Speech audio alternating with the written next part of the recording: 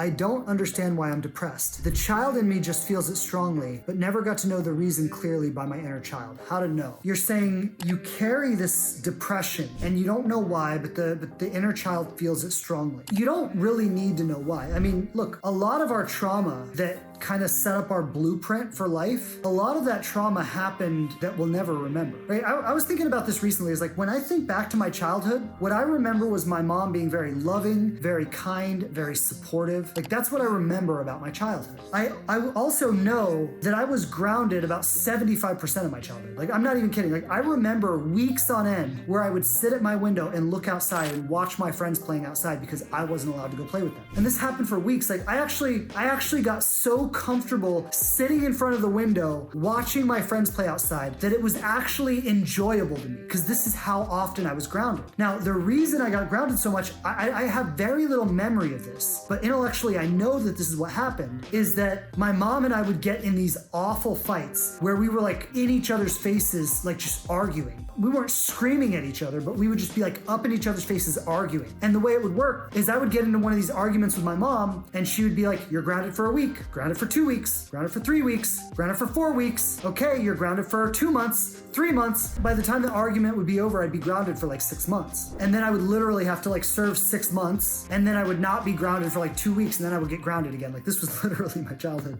It was so awful. Like logically, I know that these things happened, but I have very little memory. And so what I want to say is like, we will repress some things because they were just painful.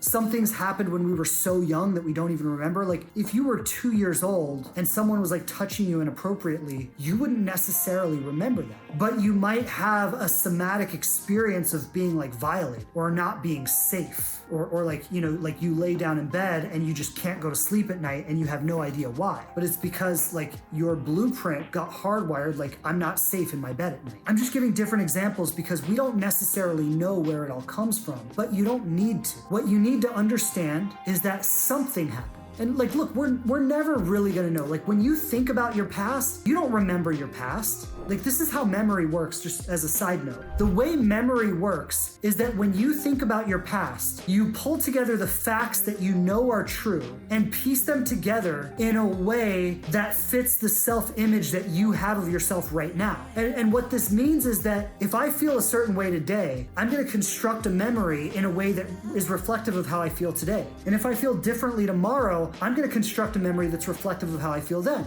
And like you might experience with your siblings where you both remember something that happened because factually you know it happened, but when you tell the story, you tell it one way and your sibling tells it a completely different way. Why does that happen? Well, because neither one of the memories are true. You're both literally constructing memories in this now moment through your now perception of life based on facts that you know are true. You're never gonna have the actual memory of what happened. Nobody else is ever gonna have the actual memory of what happened. You're only gonna piece together things in a way that reflects how you feel now. The reason I'm saying this is because you don't need the actual memory. What you need to understand is that you have been, if you say you're depressed, I wanna be clear. This may not be the actual truth for you. You'll need to do the work to find out what your truth is, but I'm just gonna give an example of what it could be like in your situation because I would need to work with you to know how it actually is. But if you're kind of chronically depressed, then we could say that your blueprint got wired to sadness. Now, why? Well, for whatever reason in childhood, whatever experiences or energies you were exposed to, your environment, you being sad in your environment, helped you survive the environment. It helped you get your needs met. It helped you get the love, the attention, the approval. Maybe that was the only way that your parents ever showed you attention was if you were sad. If you were happy, they just basically ignored you. But when you started crying and you were sad, all of a sudden you were the center of attention. Maybe that's what it was. And so you developed a blueprint that says like, I have to be sad all the time to be loved. Again, I'm not saying this is truth for you, but it could be. Now, what you would need to do is you would need to recognize the blueprint, recognize it operating, right? Then meet that child.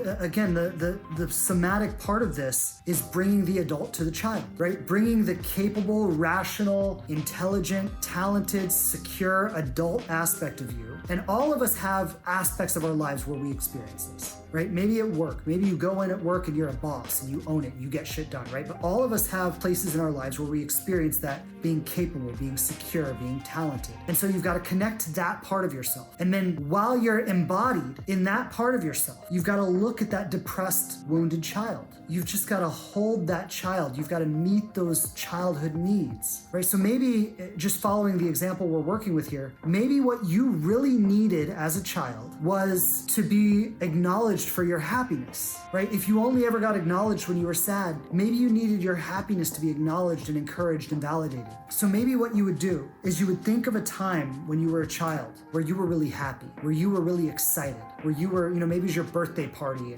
or maybe it was Christmas, or maybe it was, a sleepover at a friend's house, or maybe it was a trip you went on, or whatever, right? But a time when you were really excited as a child. And you, as this internal parent to yourself, would want to speak to that child and be like, it's so amazing that you're excited. You look so beautiful when you're happy. I love seeing you happy. I love watching you play. And you would actually meet the needs of that child the way that that child needed it. What would happen is that internal child would just feel a little bit more safe being happy. That internal child would just be a little bit more safe being excited, being inspired, being motivated, right? Like that little internal child would just feel a little bit safer with that experience. And then you start working with that anytime you feel depressed, right? So whenever you feel depressed, you just go, oh, there's my little 8-year-old again, right? It's not me being a grown-up being depressed. I don't really have that much to be depressed about. I mean, I have all my needs met.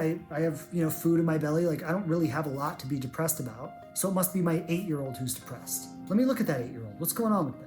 Let me send them some love. Let me encourage them. Let me validate them. Let me support them. Let me, in my mind's eye, I can even imagine myself like wrapping them in a hug and holding them. That's it.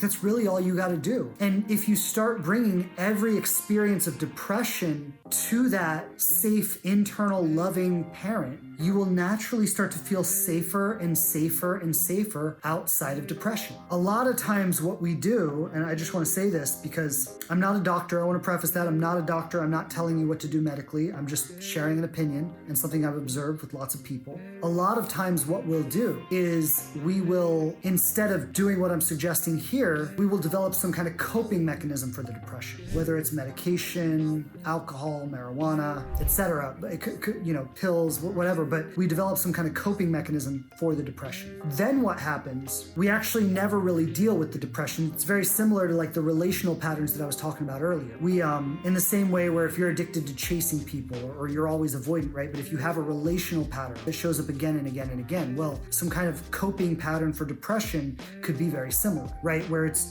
just something we stay in that makes us feel safe, right? So I stay on a medication or I smoke marijuana because it makes me feel safe. What ultimately ends up happening is we never really deal with the depression itself or the root of it or where it's coming from. We just kind of survive it. My theory is that medications and medicines and things can be helpful at times in certain times and places depending on what we're going through. But ultimately where we want to get to is being able to deal with all of our experiences without needing to medicate in some way. And I'm someone who has used substances of different sorts throughout my life. So I'm not saying that you should be there now. I'm saying in the long term, that's what ultimate healing looks like. And if you're in a stage where you're on medication, it's okay to be there. But just something to consider, food for thought, talk to your doctor about it, is maybe considering at what point you would be ready to get off of it, what that process could look like, and how your experience of life might open up without it.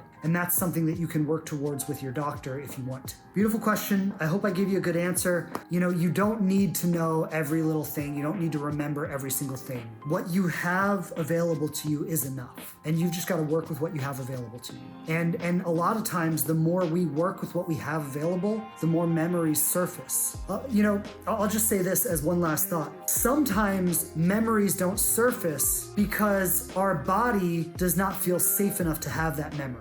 And then what can sometimes happen as we become more regulated, as we become more secure in ourselves, we actually feel safe enough to have that memory. And so then it starts to emerge from our subconscious to our conscious because we now feel safe enough to hold it. whatever you have right now is enough. You just start working there. And if you feel like you don't really know where to start or you don't really know how to do it, well, that's where you need some support. So joining a program like my Inspired Love program or working one-on-one with a therapist, these are ways to get support to help you navigate this if you don't know how to navigate it already. Lots of love, everybody. Have a wonderful week. Talk soon. Bye.